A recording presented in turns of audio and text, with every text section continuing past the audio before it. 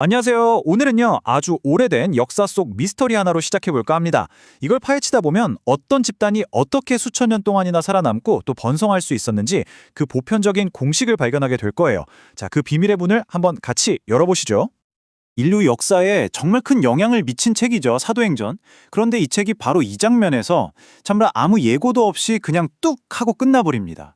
주인공인 사도 바울이 로나의 한 셋집에 사실상 갇혀 있는데 앞으로 그가 어떻게 될지 아무것도 알려주지 않고 이야기가 그냥 멈춰버리는 거예요. 정말 궁금하지 않으세요? 이야기가 여기서 딱 멈추다니. 그래서 그 다음엔 대체 무슨 일이 있었을까요? 바로 이 질문이 오늘 우리가 함께 추적해 나갈 이야기의 출발점입니다.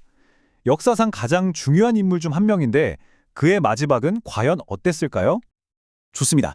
그럼 첫 번째 파트로 들어가서요. 사도행전이 끝난 후 바울에게 실제로 무슨 일이 있었는지 그 기록되지 않은 마지막 장을 한번 열어보겠습니다. 역사학자들이나 초기 교회 기록을 종합해보면 이렇습니다. 바울은 일단 재판에서 풀려나요. 그리고는 다시 선교 여행을 떠나죠. 크레타, 마케도니아, 심지어는 당시 세상의 끝이라고 여겨졌던 스페인까지 갔을 거라는 이야기도 있습니다. 하지만 평화는 길지 않았어요. 악명 높은 네로 황제가 기독교인들을 엄청나게 박해하기 시작하면서 바울도 다시 체포되고 말죠.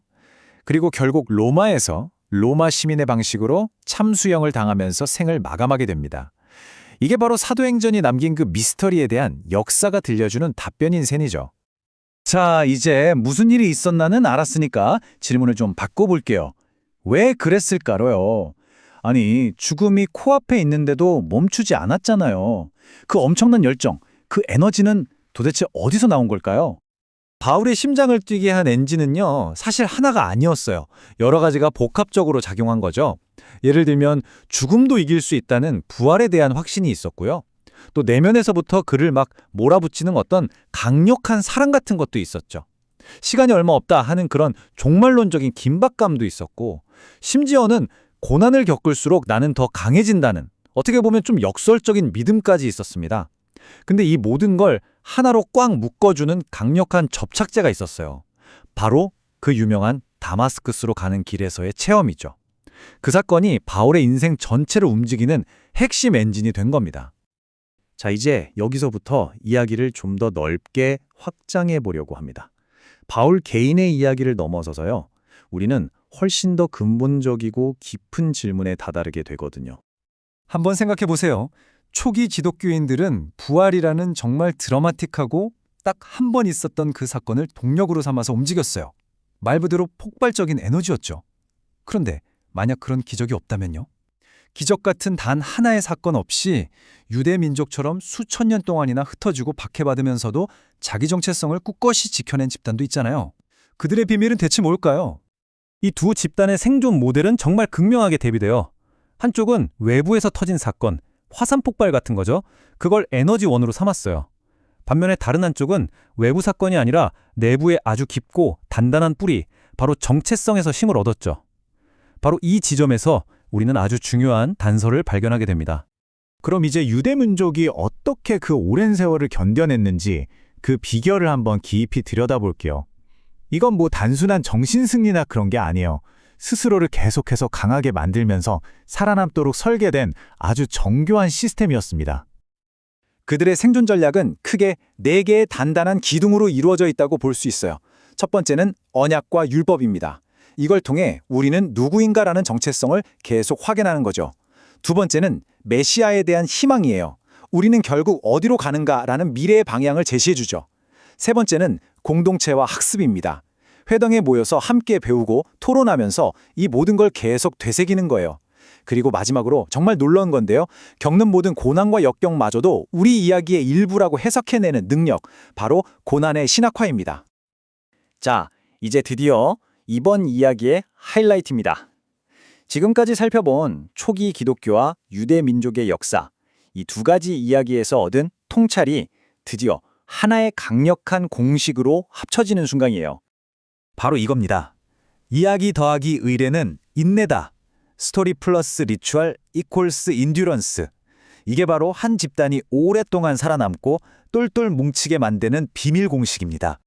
여기서 말하는 이야기는요, 그냥 뭐 재미있는 옛날 이야기 그런 게 아니에요. 우리는 도대체 누구고 왜 존재하는가? 이 아주 근본적인 질문에 대한 대답을 주는 거죠. 우리 집단의 의미와 목적을 주고 우리는 이런 사람들이구나 하는 정체성을 만들어주는 강력한 힘을 가진 내레이티브입니다. 그럼 이래, 즉 루틴은 뭘까요? 이건 그 거대하고 어쩌면 좀 추상적인 이야기를요, 우리 일상 속으로 끌고 들어와서 손에 잡히는 현실로 만들어주는 장치예요.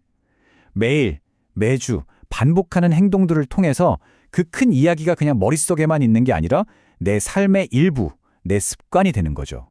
이 표를 보시면 딱 감이 오실 거예요. 초기 기독교에게는 그리스도의 죽음과 부활이라는 엄청나게 강력한 이야기가 있었죠. 그리고 그걸 매주 성찬이나 예배 같은 의례를 통해 계속해서 몸으로 기억했습니다. 유대교는 어땠나요? 출애굽과 시내산 언약이라는 핵심 이야기가 있었고 이걸 안식일을 지키고 율법을 따르는 의례를 통해 매일매일 살아냈던 겁니다. 보세요. 이야기는 다르지만 이야기 더하기 의례라는 공식은 똑같이 적용되죠. 정말 놀라운 건 이 고대의 공식이 오늘날 세상을 움직이는 가장 성공적인 브랜드들의 비밀이기도 하다는 겁니다. 자, 이제 마지막 단계로 넘어가 보겠습니다. 이 수천 년 된 지혜가 어떻게 오늘날의 비즈니스, 브랜딩, 또 우리가 속한 모든 조직에 그대로 적용될 수 있는지 한번 살펴보시죠. 이걸 보시면 아마 하고 무릎을 탁 치실 거예요. 유대 전통의 생존 방식이 현대 기업의 전략과 정말 소름 돋게 똑같습니다. 그들의 강력한 내러티브는 오늘날 기업의 미션과 비전, 브랜드 스토리가 되고요. 그들의 일상적 루틴은 기업 문화, 정기회의, 신입교육 같은 게 되는 거죠. 또 그들의 장기적인 희망은 기업의 크고 담대한 목표, 즉 BHGS와 같습니다. 이렇게 강력한 이야기와 그것을 뒷받침하는 루틴이 결합될 때 어떤 위기가 와도 흔들리지 않는 단단한 조직, 그리고 팬덤을 가진 브랜드가 탄생하는 겁니다. 그러니까 핵심은 이겁니다. 이 두 개는 마치 맞물려 돌아가는 톱니바퀴 같은 거예요. 아무리 위대한 이야기가 있어도 그걸 되새기는 루틴이 없으면 그냥 잊혀져 버립니다. 반대로 아무 의미 없는 루틴만 맨날 반복하면 그건 그냥 공허한 껍데기일 뿐이죠. 이 둘이 함께 맞물려 돌아갈 때 비로소 꺼지지 않는 에너지가 생겨나는 겁니다. 자, 오늘 이야기를 마무리하면서 마지막으로 여러분께 질문을 하나 던지고 싶습니다.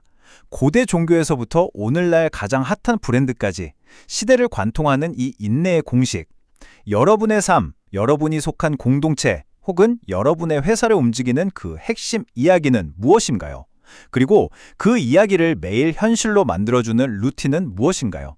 이 강력한 공식을 여러분의 세계에 한번 적용해 보시면 어떨까요?